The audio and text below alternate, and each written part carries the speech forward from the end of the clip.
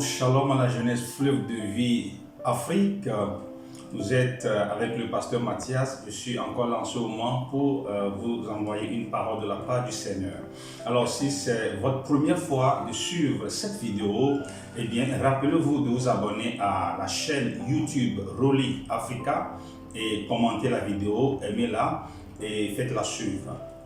Alléluia. Donc, je suis très enthousiasmé aujourd'hui parce que le thème que je m'en vais aborder avec vous aujourd'hui est un thème vraiment spécial.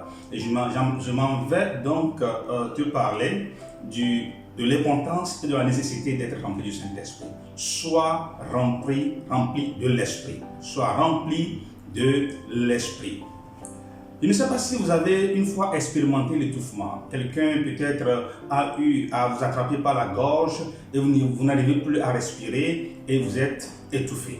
Je ne sais pas si vous avez aussi une fois entendu parler de la récente histoire, du récent événement, les manifestations qui ont eu lieu aux États-Unis concernant la mort de George Floyd, un Afro-Américain qui a été tué par la police, un policier donc qui s'est agenouillé sur son cou. Le gars n'arrivait plus à respirer, il était essoufflé et finalement il a rendu l'âme.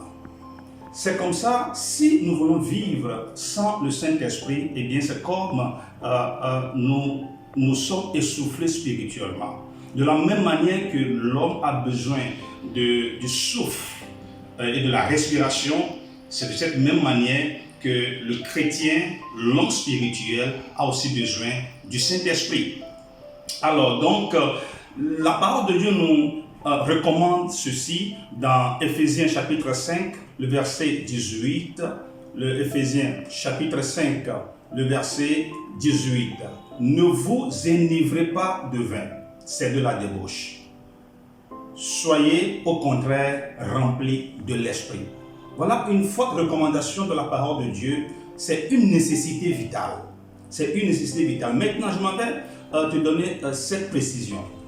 Quand on parle de s'enivrer, de ne pas s'enivrer du vin, ce n'est pas nécessairement le vin en tant qu'alcool. Ce n'est pas nécessairement de ça qu'on parle. Il est bien vrai que le premier contexte, c'est l'alcool.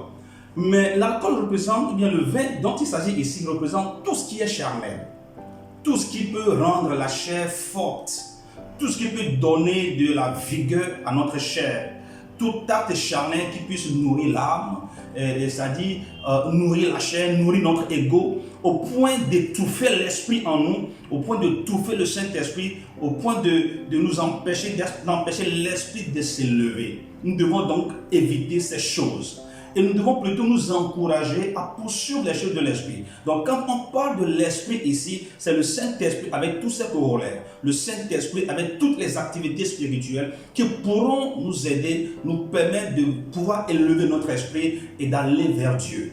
Et de rencontrer Dieu. Marcher en intimité avec Dieu. Donc nous devons être à la quête du Saint-Esprit, chercher à être remplis continuellement par le Saint-Esprit pour pouvoir vivre une vie spirituelle.